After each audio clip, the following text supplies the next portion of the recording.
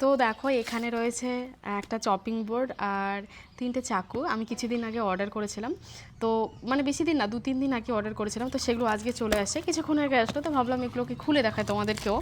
খুব সুন্দর সুন্দর সেটে আমি খুব কম দামে পেয়ে গেছি। ফ্লিপকার্টে অর্ডার করেছিলাম, তো তোমাদেরকে দেখাচ্ছি কীরকম এসছে। আমার বর অলরেডি এটা খুলেছিল, ওই জন্য এগুলো একটু খোলা খোলাই আছে। মানে চাকুগুলো খুলে দেখলো ধারটার কেমন আছে। তো এই যে 3টে একসাথে, 3 সাইজেরই সব রকম জিনিসই কাটা যাবে। এগুলোতে বেশ ধারও আছে, ওকে দেখলো। তো আমি এগুলো আর খুলে দেখাচ্ছি না তোমাদেরকে। আর এখানে শপিং বোর্ডটা আমি দেখাই শুধু কীরকম, কি সুন্দর। এই যে